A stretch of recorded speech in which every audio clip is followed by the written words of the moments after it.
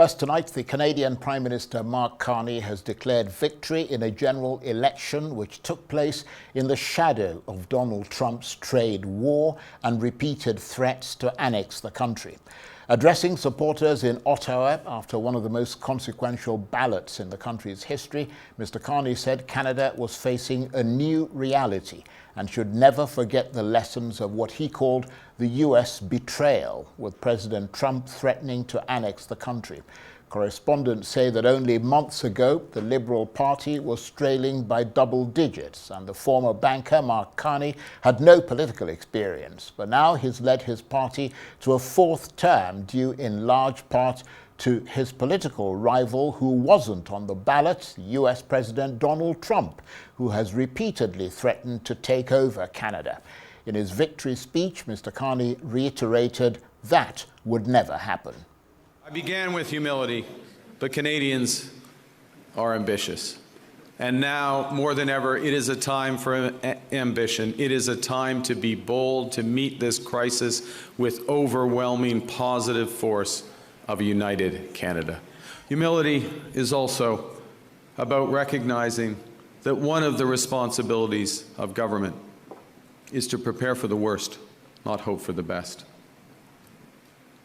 As I've been warned, America wants our land, our resources, our water, our country. Never. But these are not idle threats. President Trump is trying to break us so that America can own us. That will never, ever happen. We are over the shock of the American betrayal, but we should never forget the lessons. But you're going to take us forward. We have to look out for ourselves. And above all, we have to take care of each other. Canadians have opted for a razor-thin minority government, a virtual tie in the vote count. So I would like to congratulate Prime Minister Carney on leading this minority government. We'll have plenty of opportunity to debate and disagree. We will always put Canada first as we stare down tariffs and other irresponsible threats from President Trump. Conservatives will work with the Prime Minister and all parties with the common goal of defending Canada's interests and getting a new trade deal that puts these tariffs behind us while protecting our sovereignty and the Canadian people. Well, for more on the Canadian election, I'm joined now on the line from New York by John Dorman, senior politics reporter at Business Insider. John, thanks very much indeed for joining us. So a man who's only been in politics for a few months wins the election. An incredible turnaround. What's your assessment of Mark Carney's achievement? Well, thank you for having me. The Canadian election, this was a huge victory for the Liberal Party. Like you said, they were trailing in the polling. They really had lost a lot of the traction that they had. And Justin Trudeau, the former prime minister, he had become unpopular. And it really was dragging the party down. The Conservatives were ascendant. And then the tariffs happened. And it was really difficult for Conservatives to really separate themselves from that. And the electorate rallied around the Liberal Party. Their vote share surged. The Conservatives had a pretty significant vote share increase as well, but it wasn't enough to overtake the Liberal Party.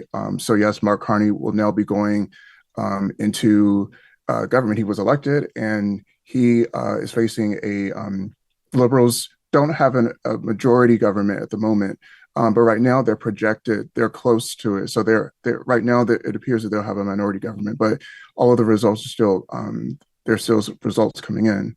But it's just a major victory for the Liberals. So, I mean, does Mr. Carney have Donald Trump to thank for this victory? I mean, would he and the Liberal Party have won if President Trump hadn't threatened to subsume Canada into the Union of the United States? It would have been difficult. This really did give the actions from President Trump and the administration in the U.S. really did fuel a lot of enthusiasm, and really, in many ways, it also caused a lot of some crossover support. There were people that would have supported actual parties that were a bit more liberal than the Liberal Party, and they decided to vote for the Liberal government, which is why their vote share surged to about 43%, which was a lot higher than it was in the last election. So this really had a really significant impact. And for conservatives, they still continued their message, but it was just a little harder to get it across when a lot of it was, reminiscent of what President Trump had ran on in the United States. And it was just that separation was just a little too tough, a little too much. So yes, this really did turbocharge a lot for the Liberal Party.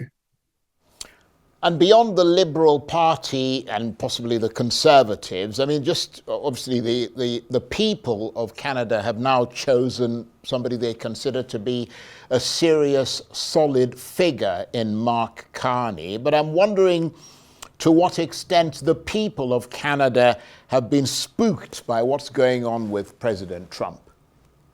I think there are just a lot of things when it comes to that. I think it's the threats of annexation of a 51st state. The Canadian people have really rallied around not becoming a part of the United States. That's not something that overwhelmingly they're opposed to that across the political spectrum. So the threat of that and the fact that President Trump continues to really he continues to bring it up. And members of the administration are saying, well, Canada has basically, they've accused Canada of basically, in many ways, manipulating and not adhering to trade agreements that were fair. That has really raised the stakes. And for a lot of Canadians, it's been, for them, it's been a sense of, I would say, disappointment just by the fact that have been such a significant ally of the United States. They're such a huge trading partner. And the fact that, in many ways, especially in northern parts of the United States, Canada is really intertwined with the economies. You look at like upstate New York, or you look at the Pacific Northwest. I mean, you've even seen, plummeting traffic from visitors coming from Canada into the United States. So there are a lot of communities, especially coming up this summer, especially in the Northeast and the West Coast, that have a significant presence of Canadian travelers. That's really going to impact the travel industry in a lot of states in really significant ways. And that's something that before there were warnings of that, but we've seen the numbers.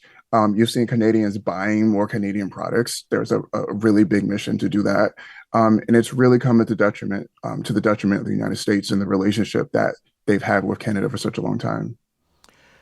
And just returning to the vote itself, I mean, of course, on the other side of the aisle, the Conservatives trying to find a silver lining. You touched on that briefly earlier. I mean, but not only did they not win, their leader also, I understand, lost his seat. Those are pretty devastating blows, especially for a party that was way up in the polls just a few months ago. Yes. Just like you said, the conservative leader, Pierre Poilievre, he lost his seat. At the moment, it appears that he still has a pretty strong grasp over the party, and he can still actually retain his post as the leader of the party. I'm not exactly sure what's going to come in the next few days. There could be a movement by a candidate or some candidates, especially ones that are actually in the legislature, to replace him potentially. But he had been running, to be prime minister for a very long time. It was within sight. At least last year, it seemed like it was the likeliest possibility that he was going to be able to ascend to that role. So this is a really dramatic setback for him. But I don't know if it's enough to dislodge him from that post. And frankly, he's been he's been the face of the Conservative Party for such a long time. It may be again hard to dislodge him. I'm not sure exactly. We'll have to see what comes in the next few days when it comes to Mr. Poilievre. So, I mean, as we start to sort of wrap up this conversation, I mean, how unique a moment is this in Canada's history as they face Trump and talk sort of tariffs? I mean, would it be an exaggeration if we say that this is an existential moment for Canada? I think so. I think for such a long time, the U.S.-Canada relationship has been very close. You saw that with, former President Barack Obama, Justin Trudeau. You saw it with even with Joe Biden and Justin Trudeau, and just stretching back decades. The intertwinement of the economy with, whether it's, energy exports, whether it's wine or other spirits, but again, even when you look at the travel industry, and it's just been such a close relationship. I think this really resets a lot of things. Canada's already really, in many ways, reorienting their own trade agreements and things going forward, where they're like, well, we're going to have a close relationship with Europe and other countries, and they're really, in many ways, in my opinion, they're going to really take this time to recalibrate and figure out exactly what their economy is going to look like and how they're going to expand their reach, even greater throughout the world. They'll still have a relationship with the United States, but it's just in a much different place. And the fact that the United States government was in many ways used as a foil, in terms of policy, that's something that wasn't really, that hasn't been the case really in modern politics, where it became like a negative thing, or a U.S. president was such a significant issue for the electorate. But it really did drive a lot of sentiment towards the Liberal Party, and that really made such a big difference. Because last year, around this time, I don't think anybody would have told you the Liberals would have had a chance of retaining power. And now, this is the fourth straight Liberal government that we're likely to have. Absolutely. John, I want to thank you very much indeed. John Dorman is senior politics reporter at Business Insider. He was talking to me on the line there from New York.